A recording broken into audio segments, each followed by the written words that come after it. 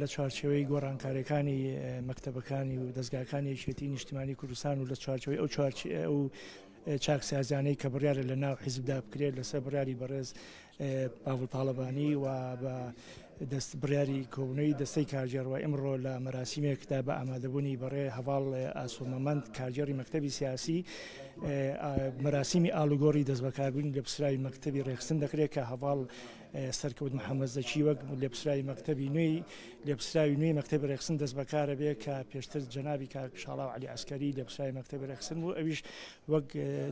کارژێڕی مەکتەبی سیاسی دەست بەکاری بێ بڕیار بۆ ئەوی دەچووە کە ئەم گۆڕانکاریانە لە چوارچێوەی ئەو چاکسازی و گۆڕانکاریانەیە کە یەکێتی بڕیاری داوە لە قۆناغی نوێی یەکێتیا بیکاوە دیارە مەکتەبی ڕێخستنیش بە بەرنامەی نوێی لێپسراوی مەکتەب کە بەرنامەی خۆی هەیە دیارەکەیەتە دەست بەکارە بێ بە هاوکاری هەواڵانی سەرکردایەتی لێپسراوی بۆردەکان هەر سێ بۆردی ڕێخستن و ئامار و هەڵسەنگاندن بە لەگەڵ هەواڵانی ئەندامانی مەکتەب کە کۆی ئەندامانی مەکتەبی ڕێخستن بریتە لە 15 ئەندام مەکتەب کە بەداخەوە هەواڵێکمان کاک عەبدوڵڵا خورشید پێش مانگێک کۆچی دوایی کرد جێ هێشتین بەداخەوە لێرەوە ڕێز و